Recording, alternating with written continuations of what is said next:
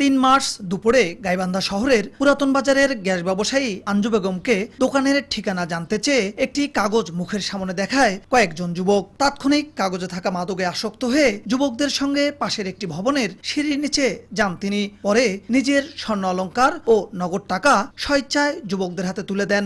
আমার নাক বরাবর এইভাবে করছে, সত্যা মারছে।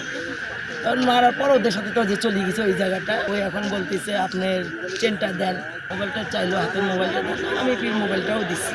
গাইবান্ধা শহরের বর্তমান আতঙ্কের নাম ডেভিলস ব্রেথ বা স্কোপোলামিন ড্রাগ।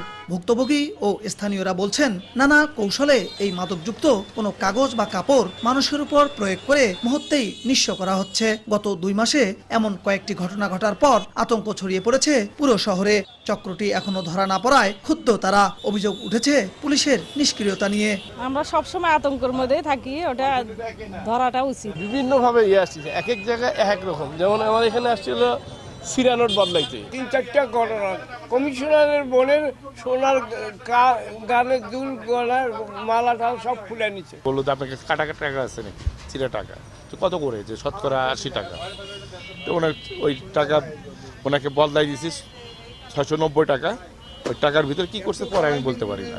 তবে পুলিশ বলছে, সম্প্রতি এ ধরনের ঘটনায় মামলা হওয়ায় সিসিটিভি ফুটেজ দেখে চক্রটি শনাক্তের চেষ্টা চলছে।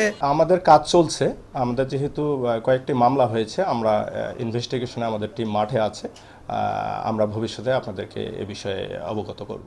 পুলিশের তথ্য মতে গত 2 মাসে গাইবান্ধা জেলায় ডেভিলস ব্রেথ মাদক ব্যবহার করে ছিনতাইয়ের অন্তত 10টি ঘটনা ঘটেছে। বিপ্লব ইসলাম, সময় সংবাদ, গাইবান্ধা।